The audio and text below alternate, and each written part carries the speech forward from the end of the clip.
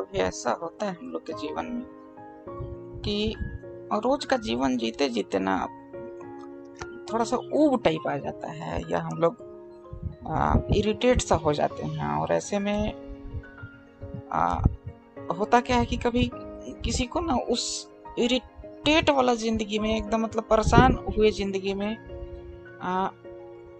कोई जरूरतमंद आ जाता है, और उस टाइम अंदर से जो कुछ भी प्लानिंग है, जो कुछ भी करने का, उसमें क्या होता है कि कोई जरूरतमंद प्राणी अगर आ जाए तो उसको हम लोग इग्नोर कर देते हैं और इग्नोर करके चले जाते हैं। अगर छोटा सा एफर्ट लगा दिया जाए तो वो नीडी पर्सन का बहुत बड़ा जरूरत पूरा हो सकता है। तो ये इग्नोरेंस जो है किसी को बहुत बड़ा लॉस भी दे सकता है। और अगर वही कह सकते हैं कि ये डूब रहा है ना, तो तिनका दे देना उसका डूबने वाले के लिए ना, वो तिनका जीवन है, वो जीवन के बराबर हो जाता है। तो जो तिनका देगा उसको देने में क्या एफर्ट लगाना होगा? एक तिनका उठाना और ऐसे फेंक देना है। मतलब ये सिर्फ सिंबल टाइप यही होता है हम लोग का। मतलब ऐसा हो सकता है कि बहुत छोटा सा एफर्ट किसी को बहुत कुछ दे सकता है, और ये न लगाना, इग्नोर कर देना बहुत कुछ छीन भी सकता है। और ये इग्नोरेंस होता क्या है कि आने वाले समय में अब छोटा छोटा इग्नोरेंस ना किसी के व्यवहार को, और वो इग्नोर करने पर जो लॉस सामने वाला का हुआ था उस टाइम, उस नीडी पर्सन का, उससे एक घाव बन जाता है उसके दिल में, उसके मन में। और वो व्यवहार जो है आने वाले के लिए मतलब एक कमाया हुआ व्यवहार हो गया कि अगर आप इग्नोर किए हैं तो आप यही कमाए। किसी को तिनका नहीं दिए तो तिनका नहीं तो मर गया, उसका जीवन खत्म हो गया। तो ये जो जीवन देने के बजाय जो मौत देना हुआ ना, ये बहुत मतलब व्यवहार में या आने वाले जीवन में बहुत कुछ अलग सा व्यवहार बना देता है या छवि बना देता है। और इसका क्या असर होता है या किसी के मानसिकता पर क्या तब गुजरता है जब इग्नोर करने वाला बन जाए नीडी पर्सन कभी। तो हम तो ये स्टोरी सिर्फ इस वजह से कि अपने रोजमर्रा के जीवन में अगर किसी को ना हल्का सा जरूरत है, अगर कोई दौड़ते दौड़ते गिर रहा है और आपका हाथ देने से, गिरने से बच जाता है, तो हाथ दे देना। ऐसा नहीं कि है छोड़ दो, जाने दो, दौड़ रहा था तब धिया रहा था तब गिरेगा। मतलब इस तरह की चीजों से इस छोटी छोटी चीजों पर, इस छोटे छोटे एफर्ट पर ध्यान देने के लिए एक स्टोरी हमको याद आया। और यह स्टोरी है प्रेमचंद का लिखा हुआ, हमारे कथा सम्राट। और यह स्टोरी लगभग सब लोग पढ़े होंगे, हर जगह यह छितरा है, लेकिन यहाँ पर एक दूसरे फीलिंग के साथ हम इस स्टोरी को ध्यान देते हैं कि कहीं हम भी तो ऐसा नहीं इग्नोर कर रहे हैं अपने रोज के जीवन में। तो देखते हैं, हम इस पर कोशिश करते हैं कि हम इस थीम को पूरे के पूरे ला सकें। तो देखिए ये स्टोरी है। इसमें होता क्या है ना कि एक डॉक्टर है, छोटा सा हम इसका ब्रीफ ये देते हैं। एक डॉक्टर है, वो अपने रोज के रूटीन के जैसा ना खेलने जा रहा था शाम को, और एक मरीज कहिए, एक बूढ़ा बाप अपने इकलौते बेटे को लेकर के उसके दरवाजे पर आया था और बोला कि हम भी गोल्फ खेलने जा रहे हैं, सुबह आना। वो एक नज़र देखा भी नहीं, वो लड़का बोला, रिक्वेस्ट किया कि लड़का मर जाएगा साहब, लेकिन वो देखा भी नहीं और सुबह आने को कह दिया। लोग पुराने समय में गाड़ी वगैरह नहीं हुआ करता था, डोली या पालकी में बैठा करके मैंने आरिये आरिये खेते खेते ले जाते थे, कोई रोड वगैरह नहीं होता था। तो वैसे ही कबीला से एक बूढ़ा अपने बेटे को लेके आया था, बीमार बेटे को, और वो अगर इलाज करता, देख लेता तो वो उसका बेटा जो है जी जाता, लेकिन वो देखा नहीं और वो मर गया। अब कई साल बाद ये जो डॉक्टर साहब हैं, उनका भी एक लड़का था, वो जब जवान हो गया तो उसका एक दिन बर्थडे था। तो बर्थडे में ना उसका एक उस लड़का का एक स्पेशल सा शौक था, वो सांप पालता था। लेकिन एक दिन ना अपने गर्लफ्रेंड के दिखाने के चक्कर में, झोंक में, और गर्लफ्रेंड भी तनी जिदियाहे थी, जिद कर दी बस। वो सांप को दिखाया तो कोई कमेंट मार दिया कि दांत तोड़ल होगा ये सांप, लेकिन वो दांत तोड़ा हुआ नहीं था, वो पोसा हुआ सांप था, बहुत जहरीला था।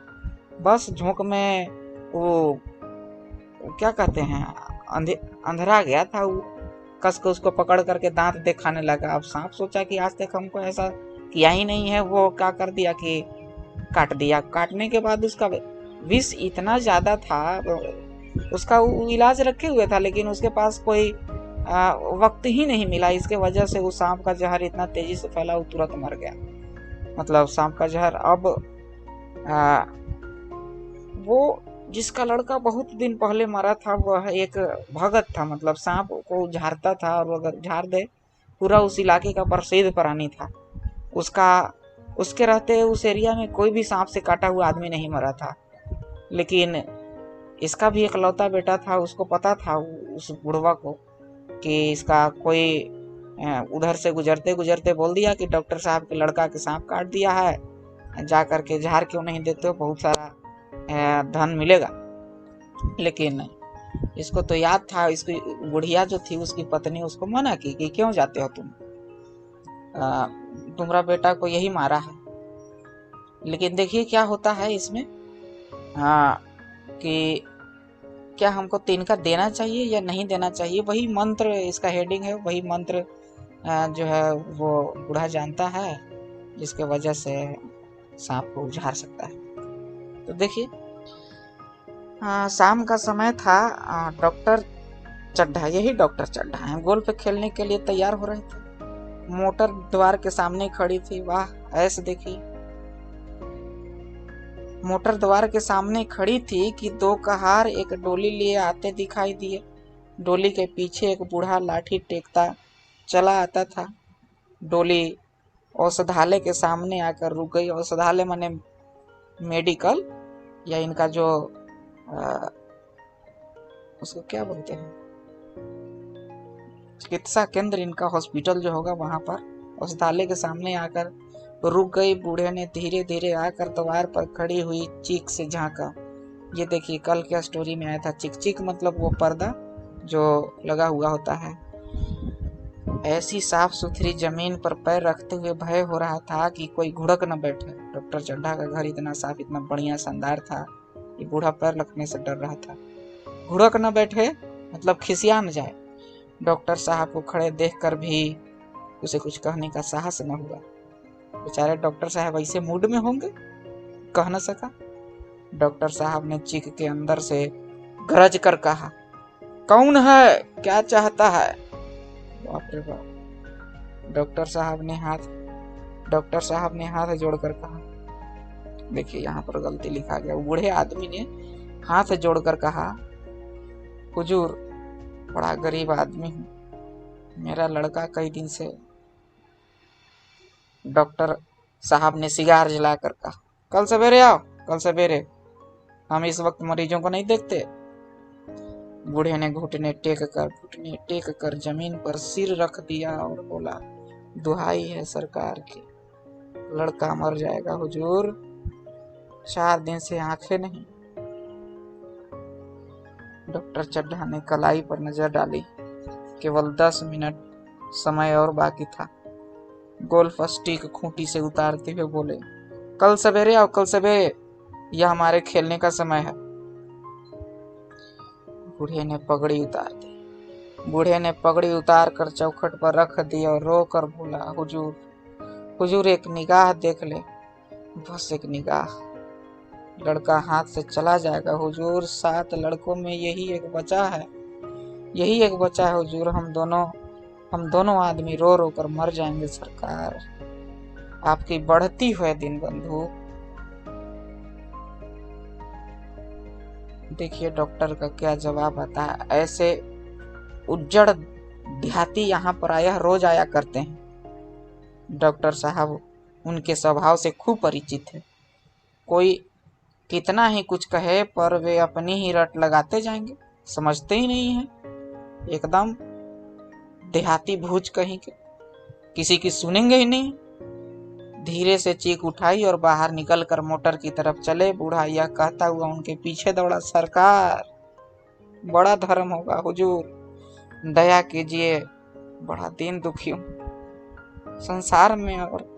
संसार में कोई और नहीं है बाबूजी। मगर डॉक्टर साहब ने उसकी ओर मुंह फेर कर देखा तक नहीं। मोटर पर बैठकर बोले, कल सवेरे आना। मोटर चली गई। बूढ़ा कई मिनट तक मूर्ति की भांति निश्चल खड़ा रहा। संसार में ऐसे मनुष्य भी होते हैं जो अपने आमोद प्रमोद के आगे किसी की जान की भी परवाह नहीं करते। शायद इसका उसे अब भी विश्वास न आता था। सभ्य संसार इतना निर्मम, इतना कठोर है, इसका मर्म भेदी अनुभव अब तक न हुआ था। वह उन पुराने जमाने के जीवों में था जो लगी हुई आग को बुझाने, मुर्दे को कंधा देने, किसी के छप्पर को उठाने और किसी कलह को शांत करने के लिए सदैव तैयार रहते थे। जब तक बूढ़े को मोटर दिखाई दी, वह खड़ा टकटकी लगाए उसे ताकता रहा। शायद उसे अब भी डॉक्टर साहब को लौट आने की आशा थी, क्योंकि वो कभी ऐसा देखा ही नहीं था। उसको लगता था कि सब लोग तो एक दूसरे के जरूरत में जाते थे। आग लग गया तो सब बुझाने पहुंच जाएंगे, मुर्दा है तो कंधा देने पहुंच जाएंगे, किसी का छप्पर उठा करके टांगना है उसमें चले जाएंगे। लेकिन कभी ऐसा भी नहीं देखा था कि इतना सभ्य संसार, जिसको सभ्य मतलब पढ़ा लिखा, और आज भी यही ऐसे ही लोग जो हर तरह के उसको क्या कहते हैं, समझदारी से ऊपर जज होते हैं, उन्हीं को ये सभ्य बोल रहा है यहाँ पर। शायद उसे अब भी डॉक्टर साहब के लौट आने की आशा थी, फिर भी उसने कहारों से डोली उठाने को कहा। डोली जिधर से आई थी उधर ही चली गई। चारों ओर से निराश होकर वह डॉक्टर चड्ढा के पास आया था। इनकी बड़ी तारीफ सुनी थी। यहाँ से निराश होकर फिर वह किसी दूसरे डॉक्टर के पास न गया। किस्मत ठोक ली जैसे, साथ गया एक और जाएगा। उसी रात उसका हंसता खेलता 7 साल का बालक अपनी बाल लीला समाप्त करके इस संसार से सिधार गया। बूढ़े माँ बाप के जीवन का यही एक आधार था। इसी का मुंह देखकर जीते थे। इस दीपक के बुझते ही जीवन की अंधेरी रात भाए भाए करने लगी। बहुत गहरा, बहुत डराने लगा वो रात। बुढ़ापे की विशाल ममता टूटे हुए हृदय से निकलकर अंधकार में आर्त स्वर रोने लगी। बेचारे दोनों माँ बाप जो बूढ़े थे, 7 बच्चा में एक बच्चा जी भी रहा था, वो भी आज खत्म हो गया। कराह कर रोने लगे। कई साल गुजर गए। डॉक्टर चड्ढा ने खूब यश और धन कमाया, लेकिन इसके साथ ही अपने स्वास्थ्य की रक्षा भी की। मतलब वह स्वस्थ रहा, जो एक साधारण बात थी। यह उनके नियमित जीवन का आशीर्वाद था कि 50 वर्ष की अवस्था में उनकी चुस्ती और फुर्ती युवकों को भी लज्जित करती थी, क्योंकि रोज शाम को खेले जाते थे। उनके हर एक काम का समय नियत था। इस नियम से वह चौ भर भी न टलते थे। बहुधा लोग स्वास्थ्य के नियमों का पालन उस समय करते हैं जब रोगी हो जाते हैं। डॉक्टर चड्ढा उपचार और संयम का रहस्य खूब समझते थे। उनकी संतान संध्या भी इसी नियम के अधीन थी। उनके केवल 2 बच्चे हुए, एक लड़का और एक लड़की। तीसरी संतान न हुई, इसलिए श्रीमती चड्ढा भी अभी जवान मालूम होती थी। लड़की का तो विवाह हो चुका था। लड़का कॉलेज में पढ़ता था। वही माता पिता के जीवन का आधार था। शील और विनय का पुतला, बड़ा ही रसिक, बड़ा ही उदार, विद्यालय का गौरव, युवक समाज की शोभा। उसका लड़का समझिए एक मूर्ति था। मुखमंडल से तेज की छटा निकलती थी। आज उसकी 20वीं सालगिरह थी। उस लड़का का आज 20वां बर्थडे था। वही शाम का समय था। हरी हरी घास पर कुर्सियां बिछी हुई थी। शहर के रईस और हुक्काम एक तरफ, कॉलेज के छात्र दूसरी तरफ बैठे भोजन कर रहे थे। बिजली के प्रकाश से सारा मैदान जगमगा रहा था। आमोद प्रमोद का सामान भी जमा था, वही डीजे टाइप समझिए। छोटा सा प्रहसन खेलने की तैयारी थी, छोटा सा नाटक।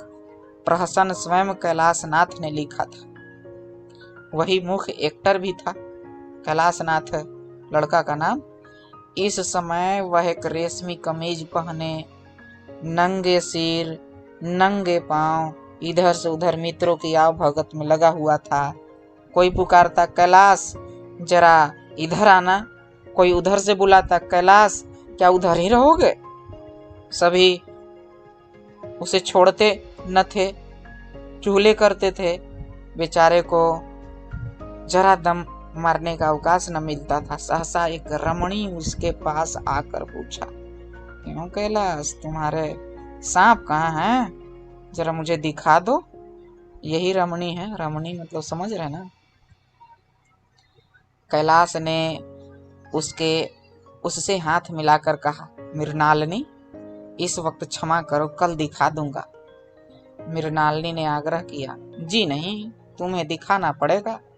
मैं आज नहीं मानने की, तुम रोज कल कल करते हो। मृणालिनी और कैलाश दोनों सहपाठी थे और एक दूसरे के प्रेम में पगे हुए थे। कैलाश को सांपों के पालने, खिलाने और नचाने का शौक था। तरह तरह के सांप पाल रखे थे। उनके स्वभाव और चरित्र की परीक्षा करता रहता था। थोड़े दिन हुए उसने विद्यालय में सांपों पर एक मार्के का बयान दिया था। समझिए, मार्के का व्याख्यान दिया था, एकदम बेहतरीन। सांपों को नचा कर दिखाया भी था। प्राणी शास्त्र के बड़े बड़े पंडित भी यह व्याख्यान सुनकर दंग रह गए थे। यह विद्या उसने एक बड़े सपेरे से सीखी थी। सांपों की जड़ी बूटियां जमा करने का उसे मरज था। मरज मतलब रोग था, वो एकदम इसी में लगा रहता था। इतना पता भर मिल जाए कि किसी व्यक्ति के पास कोई अच्छी जड़ी है, फिर उसे चैन न आता था, उसे लेकर ही छोड़ता था। यही व्यसन था। व्यसन माने रोग, माने लत था उसका। इस पर हजारों रुपये फूंक चुका था। मृणालिनी कई बार आ चुकी थी, पर कभी सांपों को देखने के लिए इतनी उत्सुक नहीं हुई थी। कह नहीं सकते आज उसकी उत्सुकता सचमुच जाग गई थी या वह कैलाश पर अपने अधिकार का प्रदर्शन करना चाहती थी। हाँ, क्यों न करेगी, पर उसका आग्रह बेमौका था। हाँ, ये बात तो है, समय का तकाजा सही नहीं था। उस कोठरी में कितनी भीड़ लग जाएगी, भीड़ देखकर सांप कितने चौंकेंगे और रात के समय उन्हें छेड़ा जाना कितना बुरा लगेगा, इन बातों का उसे जरा भी ध्यान न आया। कैलाश ने कहा, नहीं, कल जरूर दिखा दूंगा। इस वक्त अच्छी तरह दिखा भी तो न सकूंगा, कमरे में तिल रखने को भी जगह न मिलेगी। एक महाशय ने छेड़ कर कहा, दिखा क्यों नहीं देते? जरा सी बात के लिए इतना टाल मटोल कर रहे हो। मिस गोविंद हरगिज न मानना। देखे कैसे नहीं दिखाते। कोई मार दिया कमेंट। मृणालिनी मिस गोविंद भी थी। दूसरे महाशय ने और रद्दा चढ़ाया और कमेंट बढ़ाया और पानी पर चढ़ाया। मिस गोविंद इतनी सीधी और भोली हैं, तभी आप इतना मिजाज रखते हैं। दूसरे सुंदरी होती तो इस बात पर बिगड़ खड़ी होती। ये लेता। तीसरे साहब ने मजाक उड़ाया, अजी बोलना ही छोड़ देती, भला कोई बात है? इस पर आपका दावा है कि मृणालिनी के लिए जान हाजिर है। आप कहते हैं कि जाने दे देंगे। तू कहेगी तो नहीं जी। मृणालिनी ने देखा कि ये सोहदे उसे रंग पर चढ़ा रहे हैं, तो बोली, आप लोग मेरी वकालत न करें, मैं खुद अपनी वकालत कर लूंगी। मैं इस वक्त सांपों का तमाशा नहीं देखना चाहती। चलो, छुट्टी हुई। इस पर मित्रों ने ठट्ठा लगाया। एक साहब बोले, देखना तो आप सब कुछ चाहें, पर दिखाए भी तो। कैलाश को मृणालिनी की झेंपी हुई सूरत देखकर मालूम हुआ कि इस वक्त उनका इनकार वास्तव में उसे बुरा लगा। ज्यों ही प्रीति भोज समाप्त हुआ और गाना शुरू हुआ, उसने मृणालिनी और अन्य मित्रों को सांप के दरबे के सामने ले जाकर महुअर बजाना शुरू किया, बीन बजाना। फिर एक एक खाना खोलकर एक एक सांप निकालने लगा। वाह, क्या कमाल था! ऐसा जान पड़ता था कि वे कीड़े उसकी एक एक बात, उसके मन का एक एक भाव समझते हैं। किसी को उठा लिया, किसी के गर्दन में, किसी को गर्दन में डाल लिया, किसी को हाथ में लपेट लिया। मृणालिनी बार बार मना करती कि इन्हें गर्दन में न डालो, दूर ही से दिखा दो, बस जरा नचा दो। कैलाश की गर्दन में सांपों को लपेटते देख उसकी जान निकली जाती थी। पछता रही थी कि मैंने बेकार ही इनसे सांप दिखाने को कहा, मगर कैलाश एक न सुनता था। प्रेमिका के सम्मुख अपने सर्प कला प्रदर्शन का ऐसा अवसर पाकर वह कब चूकता। एक मित्र ने टीका की, दांत तोड़ डाले होंगे?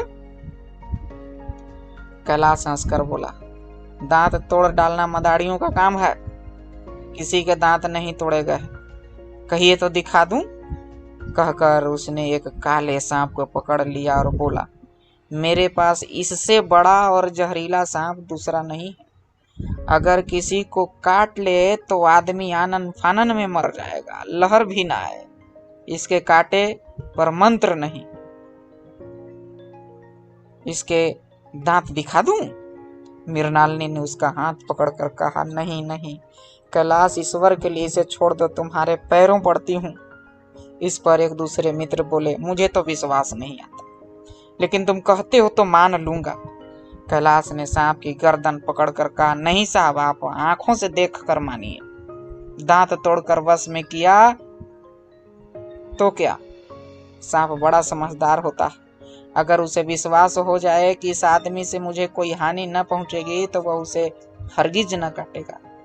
मृणालिनी ने जब देखा कि कैलाश पर इस वक्त भूत सवार है तो उसने यह तमाशा न करने के विचार से कहा, अच्छा भाई, अब यहाँ से चलो, देखा गाना शुरू हो गया है, आज मैं भी कोई चीज सुनाऊंगी। यह कहते उसने कैलाश का कंधा पकड़कर चलने का इशारा किया और कमरे से निकल गई, मगर कैलाश विरोधियों का शंका समाधान करके ही दम लेना चाहता था। उसने सांप की गर्दन पकड़कर जोर से दबाई, इतनी जोर से दबाई कि उसका मुंह लाल हो गया, देह की सारी नसें तन गई। सांप ने अब तक उसके हाथों से ऐसा व्यवहार न देखा था। उसकी समझ में न आता था कि यह मुझसे क्या चाहते हैं।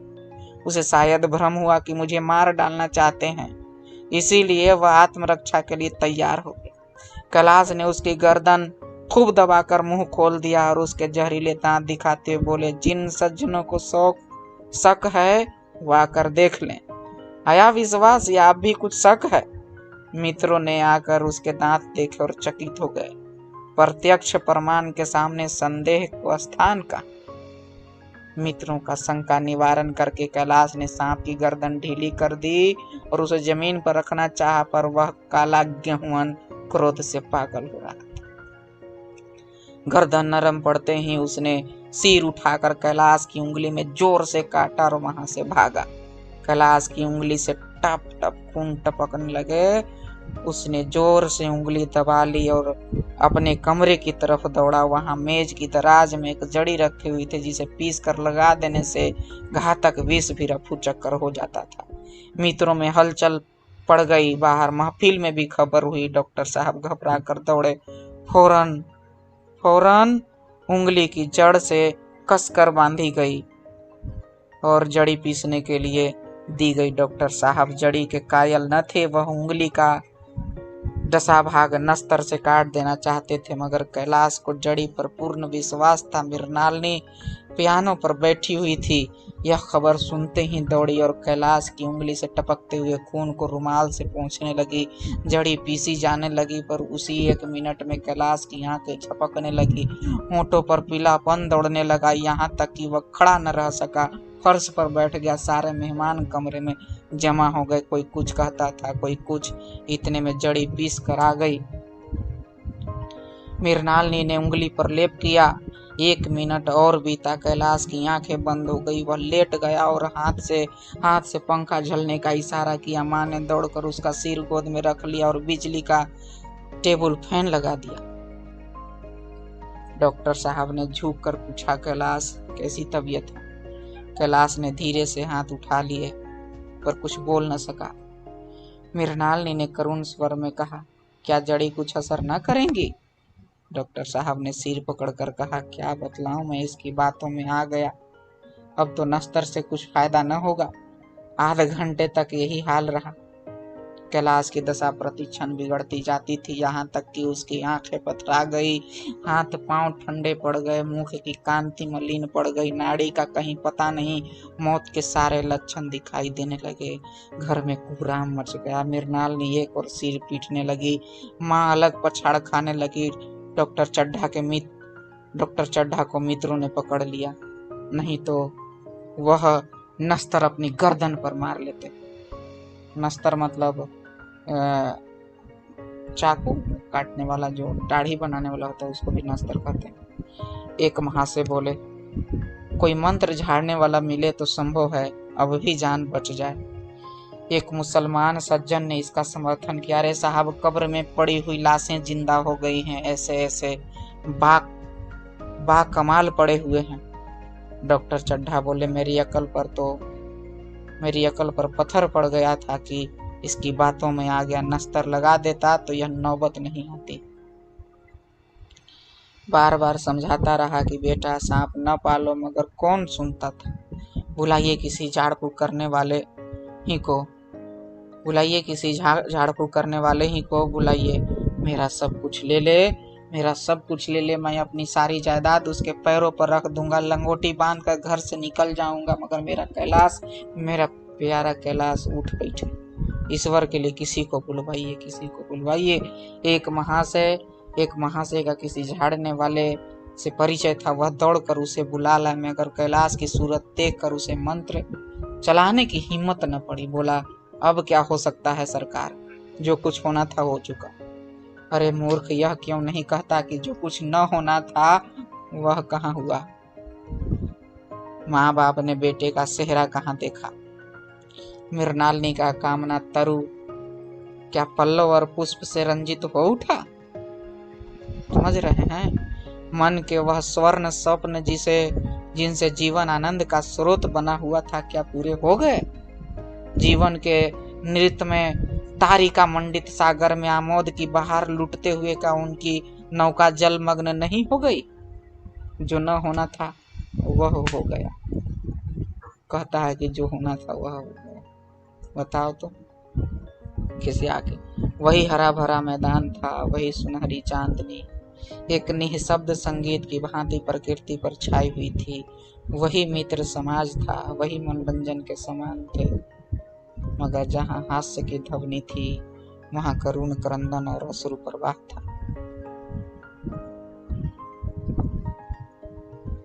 शहर से कई मील दूर एक छोटे से घर में एक बूढ़ा और बुढ़िया अंगीठी के सामने बैठे जाड़े की रात काट रहे थे। बूढ़ा नारियल पीता था। नारियल मतलब गुड़गुड़ा होता है, उसमें तंबाकू डाल के पिया जाता है, और बीच बीच में खांसता था। बुढ़िया दोनों घुटनियों में सिर डाले आग की ओर ताक रही थी। एक मिट्टी के तेल की कुप्पी ताक पर जल रही थी। कुप्पी माने दिया। घर में न चरपाई थी न बिछौना था। आह, क्या गरीबी थी।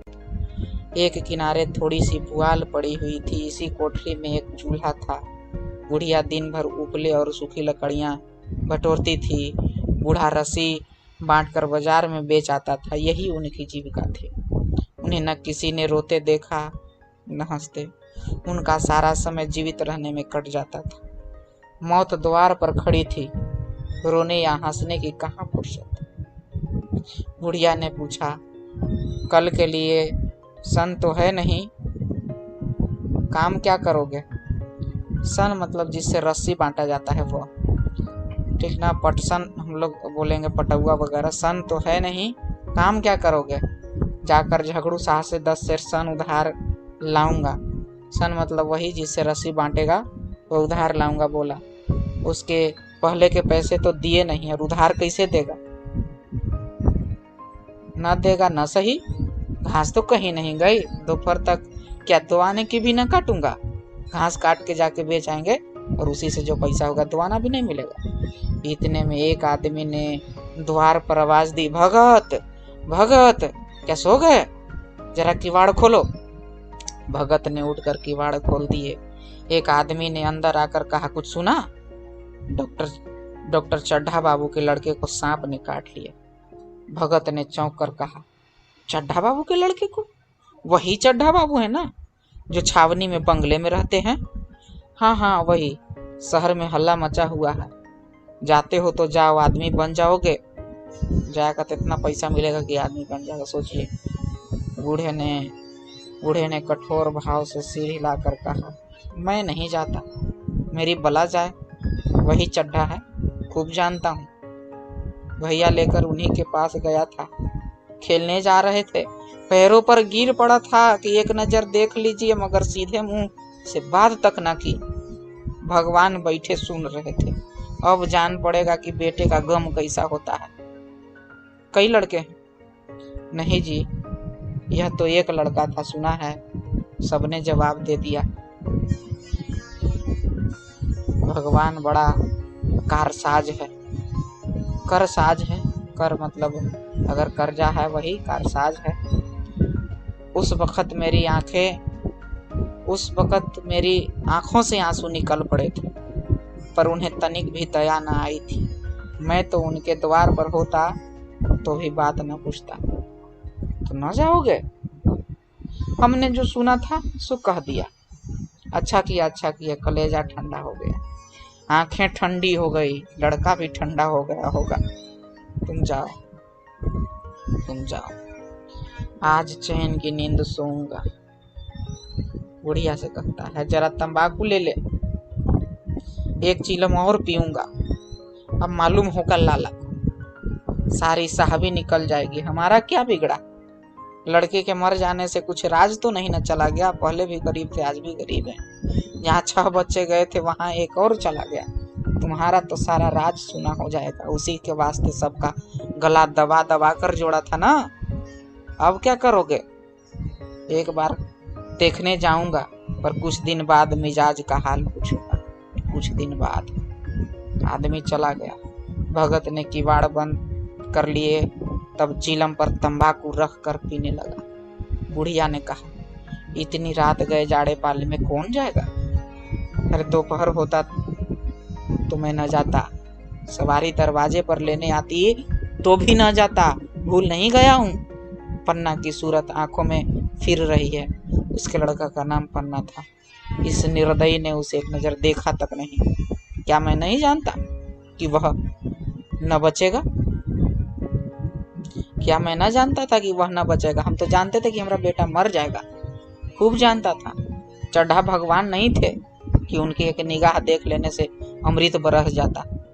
नहीं, खाली मन की दौड़ थी कि देख लेता तो मन शांत हो जाता। अब किसी दिन जाऊंगा और कहूंगा, क्यों साहब, कहिए क्या रंग है? दुनिया बुरा कहेगी, कहे, कोई परवाह नहीं। छोटे आदमियों में तो ये सब ऐब हैं, बड़ों में कोई ऐब नहीं होता। देवता होते हैं वो लोग।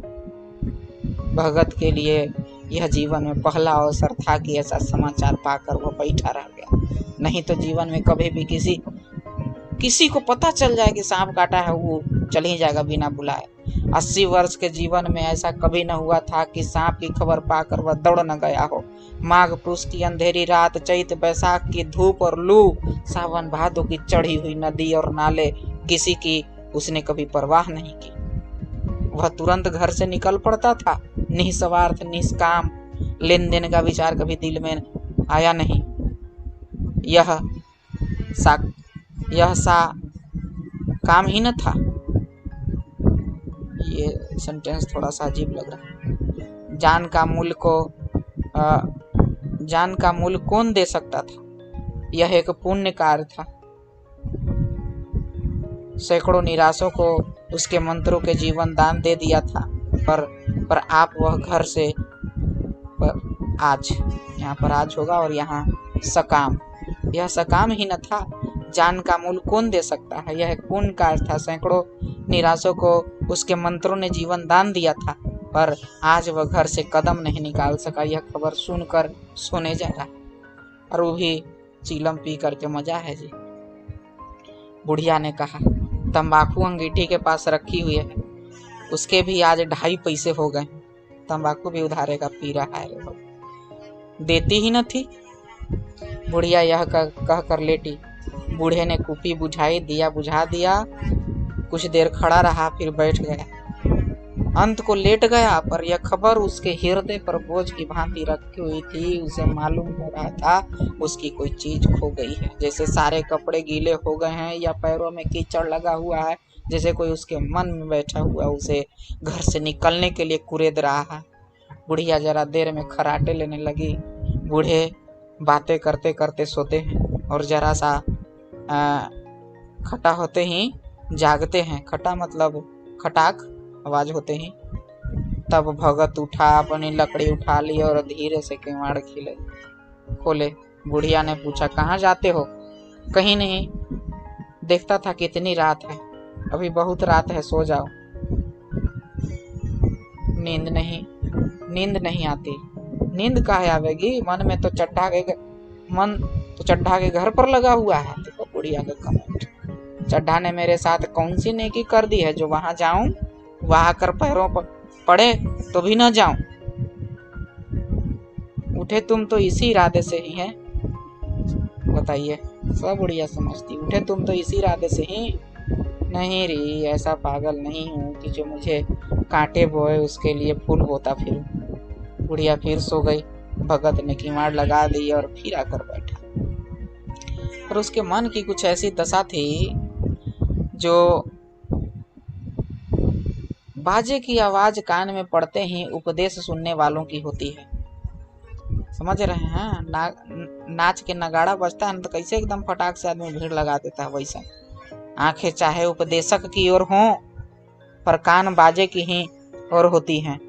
दिल में भी बापे की ध्वनि गूंजती रहती है। शर्म के मारे जगह से नहीं उठता। निर्दयी प्रतिघात का भाव भगत के लिए उपदेशक था, पर हृदय उस अभागे युवक की ओर था। समझ रहे? निर्दयी प्रतिघात का भाव भगत के लिए उपदेशक था। यही कुछ करने जा रहा है तो रोक दे रहा है। कौन चीज? उसके अंदर का यह भाव, पर हृदय उस अभागे युवक की ओर था। दिल मन उसके उस लड़के के तरफ लगा हुआ था, और चड्ढा का चेहरा दिख रहा है तो मन में बदला का प्रतिघात का भाव था, और वो उपदेशक जैसा मतलब सुन रहा है उस भाव को, और मन में है इस तरफ। कैसे यहाँ पर बोला गया कि आंखें चाहे उपदेशक की ओर हों, पर कान बाजे की ओर होते हैं। यहाँ पर दो स्थिति है, एक बाजा है और एक उपदेशक है। तो उपदेशक प्रतिघात के भाव है, और बाजा जो है वो उस वह युवक है जो इस समय मर रहा था, जिसके लिए एक एक पल का विलंब घातक था। उसने फिर किवाड़ खोले इतने धीरे से कि बुढ़िया को खबर भी न हुई, बाहर निकल आया। उसी वक्त गांव के चौकीदार गश्त लगा रहा था। बोला, कैसे उठे भगत? आज तो बड़ी सर्दी है, कहीं जा रहे हो क्या? भगत ने कहा, नहीं जी, जाऊंगा कहाँ, देखता था अभी कितनी रात है। भला कै बजे होंगे? चौकीदार बोला, 1 बजा होगा। और क्या? अभी थाने से आ रहा था। देखिए चौकीदार को ही मालूम, अभी थाने से आ रहा था तो डॉक्टर चड्ढा बाबू के बंगले पर बड़ी भीड़ लगी हुई थी। उनके लड़के का हाल तो तुमने सुना होगा, कीड़े ने छू लिया है, चाहे मर भी गया हो। तुम चले जाओ तो शायद बच जाए। सुना है इस 1000 तक देने को तैयार है। बताइए, पैसा के बात कह दिया।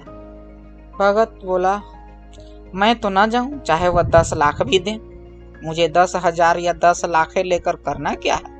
कल मर जाऊंगा, फिर कौन भोगने वाला बैठा है? चौकीदार चला गया। भगत ने आगे पैर बढ़ाया। जैसे नशे में आदमी की देह अपने काबू में नहीं रहती है, पैर कहीं रखता है, पड़ता कहीं है, कहता कुछ है, जबान से निकलता कुछ है, वही हाल इस समय भगत का था। मन में प्रतिकार था, पर कर्म मन के अधीन न था। मन में प्रतिकार की भावना थी, लेकिन कर्म जो था मन के अधीन न था। जिसने कभी तलवार नहीं चलाई वह इरादा करने पर भी तलवार नहीं चला सकता था। उसके हाथ कांपते हैं, उठते ही नहीं। और ये जीवन में कभी ऐसा हुआ ही नहीं है कि सांप काटने का ये सुन ले और कभी गया नहीं हो। वही बात है यहाँ पर। भगत लाठी खटखट करता लपका चला जाता था। चेतना रोकती थी। चेतना मतलब प्रतिघात का जो भावना था वो, पर उपचेतना ठेलती थी। उपचेतना मतलब हृदय का भाव जो उसके अंदर अंतः मन में है। और ये दुनियादारी की बातें जिससे लड़का का मर जाना उसका था, वह उसे रोकती थी। और उपचेतना ये सब सांसारिक भावों से दूर एकदम एक समझिए ईश्वरीय भाव जो था वह उसको ठेलती थी। सेवक स्वामी पर हावी था। बताइए, सेवक स्वामी पर हावी था। आधी राह निकल जाने के बाद सहसा भगत रुक गया। हिंसा ने क्रिया पर विजय पाई। मैं यूं ही इतनी दूर चलाया। ये लीजिए, इस जाड़े पाले में मरने का मुझे क्या पड़ी थी। आराम से सोया क्यों नहीं, नींद न आती न सही, 2-4 भजन ही गाता। व्यर्थ इतनी दूर दौड़ा आया। चड्ढा का लड़का रहे या मरे, मेरी भला से। मेरे साथ उन्होंने ऐसा कौन सा सलूक किया कि मैं उसके लिए मरूं। दुनिया में हजारों मरते हैं, हजारों जीते हैं, मुझे किसी के मरने जीने से मतलब। मगर रूप चेतना ने अंदर से, देखिए उसके अंदर लड़ाई चल रहा है। अंदर से उप चेतना ने अब एक दूसरा रूप धारण किया जो हिंसा से बहुत कुछ मिलता जुलता था। वह झाड़ फूंक करने नहीं जा रहा है, वह देखेगा कि लोग क्या कर रहे हैं। डॉक्टर साहब का रोना पीटना देखेगा, किस तरह सिर पीटते हैं, किस तरह पछाड़े खाते हैं। वे लोग तो विद्वान होते हैं, सबर कर जाते होंगे शायद। बेटा का मरने पर रोते नहीं होंगे, विद्वान लोग है ना। हिंसा भाव यूं ही धीरज देता हुआ वह फिर आगे बढ़ा। ऐसे भी खुद को समझाना होता है कभी कभी। इतने में 2 आदमी आते दिखाई दिए। दोनों बातें करते चले आ रहे थे। चड्ढा बाबू का घर उजड़ गया। वही तो एक लड़का था। भगत के कान में आवाज पड़ी। उसकी चाल और भी तेज हो गई। थकान के मारे पांव न उठते थे। सिरों भाग इतना बढ़ा जाता था मानो अब मुंह के बल गिर पड़ेगा। सोचिए, उसका सिर का भाग जो था, माथा इतना समझिए कि भारी जैसा होने लगा था। लगा कि वह मुंह के बल गिर जाएगा।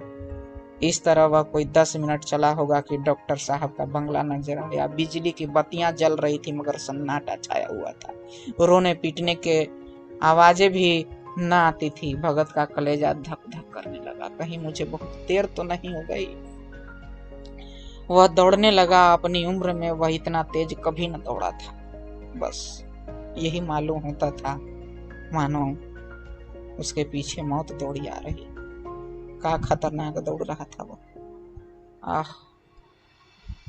2 बज गए थे। मेहमान विदा हो गए थे। रोने वालों में केवल आकाश के तारे रह गए थे और सभी रो रो कर थक गए थे। बड़ी उत्सुकता के साथ लोग रह रह कर आकाश की ओर देखते थे कि किसी तरह सुही हो और लाश गंगा के गोद में दी जाए, सुबह हो जाए। सहसा भगत ने द्वार पर पहुंचकर आवाज दी। डॉक्टर साहब समझे कोई मरीज आया होगा। किसी और दिन उन्होंने उस आदमी को दुत्कार दिया तो, मगर आज बाहर निकल आए। देखा एक बूढ़ा आदमी खड़ा है, कमर झुकी हुई, पोपला मुंह भौएं तक सफेद हो गई थी, लकड़ी के सहारे कांप रहा था। बड़ी नम्रता से बोले, क्या है भाई, आज तो हमारे ऊपर ऐसी मुसीबत पड़ गई है कि कुछ कहते नहीं बनता। फिर कभी आना। इधर 1 महीना तक तो शायद मैं किसी भी मरीज को न देख सकूंगा। भगत ने कहा, सुन चुका हूँ बाबूजी, इसीलिए आया हूँ। भैया कहाँ हैं? जरा मुझे दिखा दीजिए। भगवान बड़ा कारसाज है, मुर्दे को भी जिला सकता है, कौन जाने अब भी उसे दया आ जाए। देखिए क्या इस बूढ़े में आत्मीय भावना। चड्ढा ने व्यथित स्वर में कहा, चलो देख लो, मगर 3-4 घंटे हो गए। जो कुछ होना था हो चुका। बहुत तेरे झाड़ने फूकने वाले देख देख कर चले गए। डॉक्टर साहब को आशा तो क्या होती। हाँ, बूढ़े पर दया आ गई। अंदर ले गए। भगत ने लाश को 1 मिनट तक देखा, तब मुस्कुरा कर बोला, अभी कुछ नहीं बिगड़ा है बाबूजी। यह नारायण चाहेंगे तो आध घंटे में भैया उठ बैठेंगे। आप नाहक दिल छोटा कर रहे हैं। जरा कहारों से कहिए पानी तो भरें। कहारों ने पानी भर भर कर कैलाश को नहलाना शुरू किया। पाइप बंद हो गया था। कहारों की संख्या अधिक न थी, इसलिए मेहमानों ने हाथे के बाहर के कुएं से पानी भर भर कर कहारों को दिया। मृणालिनी कलसा लिए पानी ला रही थी। बूढ़ा भगत खड़ा मुस्कुरा मुस्कुरा कर मंत्र पढ़ रहा था, मानो विजय उसके सामने खड़ी है। जब एक बार मंत्र समाप्त हो जाता तब वह एक जड़ी कैलाश के सिर पर डाले गए और न जाने कितनी बार भगत ने मंत्र फूंका। आखिर जब उषा अपनी लाल लाल आंखें खोली, उषा मतलब सुबह, जब लालिमा आई आंखें खोली तो कैलाश की भी लाल लाल आंखें खुल गई। एक क्षण में उसने अंगड़ाई ली और पानी पीने को मांगा। डॉक्टर चड्ढा ने दौड़कर नारायणी को गले से लगा लिया। नारायणी दौड़कर भगत के पैरों पर गिर पड़ी और मृणालिनी कैलाश के सामने आंखों में आंसू भरे पूछने लगी, अब कैसी तबीयत है? एक क्षण में चारों तरफ खबर फैल गई। मित्रगण मुबारकबाद देने आने लगे। डॉक्टर साहब बड़े श्रद्धा भाव से हर एक के सामने भगत का यश गाते फिरते थे। सभी लोग भगत के दर्शनों के लिए उत्सुक हो उठे, मगर अंदर जाकर देखा तो भगत का कहीं पता न था। नौकरों ने कहा, अभी तो यहीं बैठे थे, चीलम पी रहे थे। हम लोग तंबाकू देने लगे तो नहीं ली, अपने पास से तंबाकू निकाल कर भरी। बताइए, हम लोग तंबाकू देने लगे तो नहीं ली, अपने पास से वही कर्जा वाला तंबाकू निकाल करके भरी। यहाँ तो भगत की चारों ओर तलाश होने लगी थी और भगत लपका हुआ घर चला जा रहा था कि बुढ़िया के उठने के पहले पहुंच जाऊं। जब मेहमान लोग चले गए तो डॉक्टर साहब ने नारायणी से कहा, बूढ़ा ना जाने कहाँ चला गया, एक चिलम तंबाकू का भी रवादार न हुआ। नारायणी बोला, नहीं, मैंने तो सोचा था इससे कोई बड़ी रकम दूंगी। चड्ढा बोलता है, रात को तो मैंने नहीं पहचाना, पर जरा साफ हो जाने पर पहचान गया। एक बार यह एक मरीज को लेकर आया था। मुझे अब याद आता है कि मैं खेलने जा रहा था और मरीज को देखने से इनकार कर दिया था। आप उस दिन की बात याद करके मुझे जितनी गलानी हो रही है उसे प्रकट नहीं कर सकता। मैं उसे अब खोज निकालूंगा और उसके पैरों पर गिरकर अपना अपराध क्षमा कराऊंगा। वह कुछ लेगा नहीं, यह जानता हूँ। उसका जन्म यश की वर्षा करने के लिए ही हुआ। उसकी सजनता ने मुझे ऐसा आदर्श दिखा दिया है जो अब से जीवन पर्यंत मेरे सामने रहेगा। यही था स्टोरी। और किसी के मन को फिर से हम यही कहेंगे कि अपने तेज में आकर के अपने रोज के जीवन में उब जाने के बाद ना कभी किसी को इग्नोर हो सके तो ना कर। कौन जाने आने वाले आप ऐसे पश्चाताप से बच जाएं, और क्या हो जाएगा किसी को तिनका दे ही देंगे तो। आपका तिनका और किसी का जान। ठीक है, थैंक यू।